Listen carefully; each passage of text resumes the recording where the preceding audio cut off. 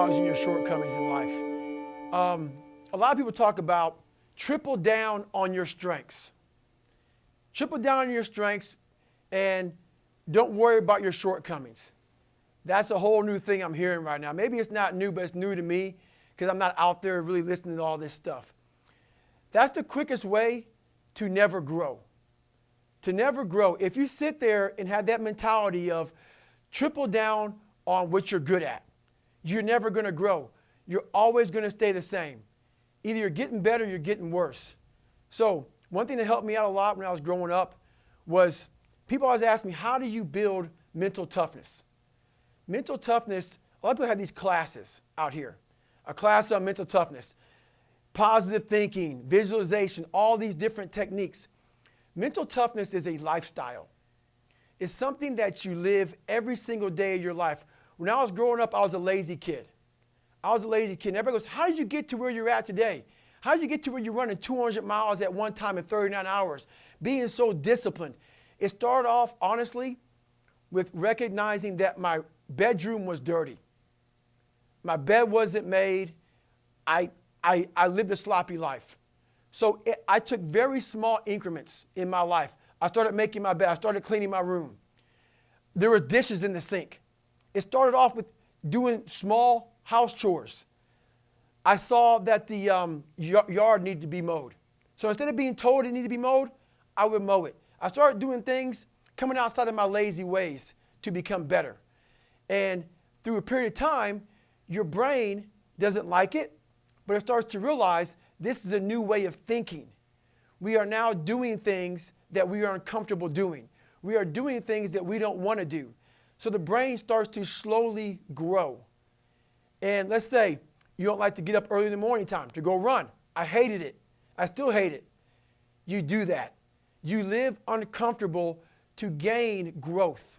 You have to have friction in your life to gain growth. And the only way to do that is to make yourself uncomfortable and get to the point where instead of running from the things you don't want to do, you actually face them and start to gain more and more growth in your life. So that's how I approach all those things. Self-talk, for me, has been the biggest thing in my life. A lot of us have a dialogue that is crap. It's a crappy dialogue.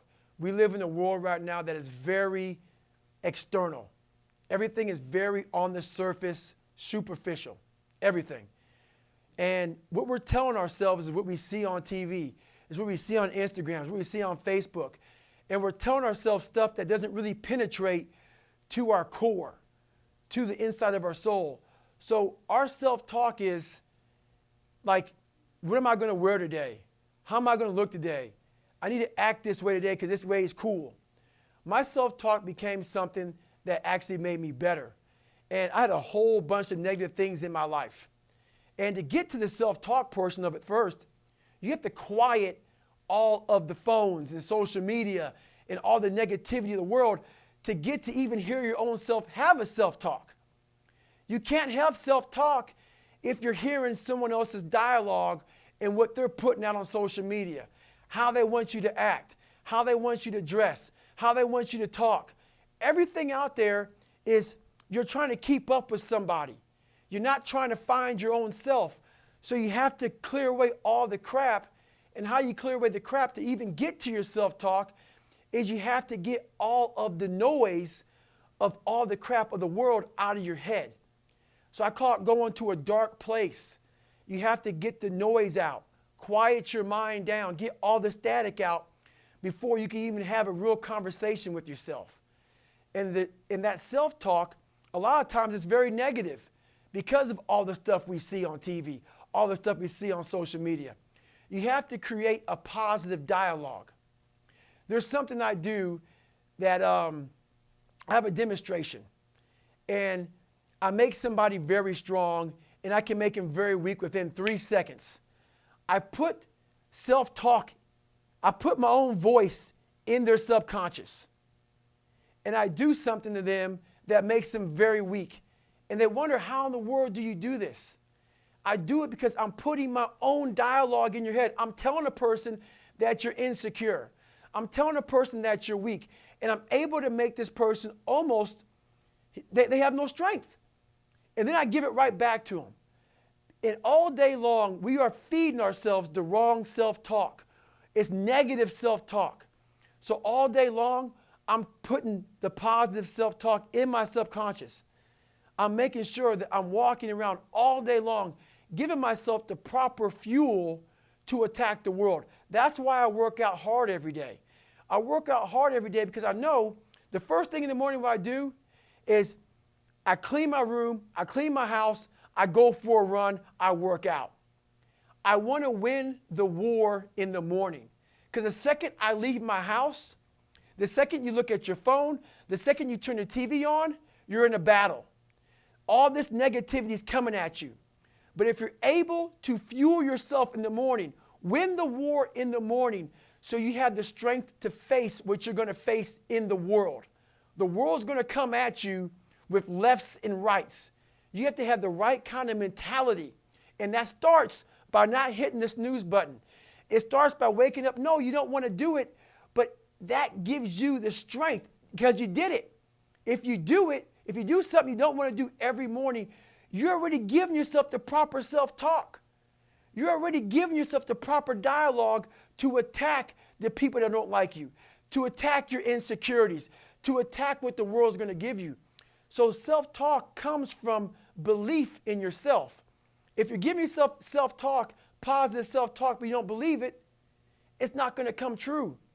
You have to put the work behind what you're saying and believe what you're saying to yourself for that self-talk to become a reality in your subconscious. So no matter what anybody says to you, no matter what you hear, you know the truth. And you're living through the truth, and no one can penetrate that. No one. So one thing I developed in my life going through hard times is a cookie jar. The cookie jar is all of us have a story. We've all overcome so many things in our lives, but we forget them. And a lot of times we don't spend enough time like reflecting back in our lives, realizing how great we truly are. We go through something, we put it back, and we go on. And life is going to always challenge us, always challenge us. And during that challenging moment, we panic. We forget who we truly are. That cookie jar that I designed for my brain is something that in that 1 second of panic, we lose our mind and we also lose how far we've come in life. You take that 1 second, go through your cookie jar, grab something in your mind, look at it, read it, open it up. Oh, I was in 3 hell weeks. I graduated 2 of them. That's a cookie. It reminds yourself just how hard you are, and it puts you right back into the right frame of mind to overcome whatever's in front of you. And usually, whatever's in front of you isn't as big as we make it out to be. We start to make these very small things enormous because we allow our minds to take control and go away from us.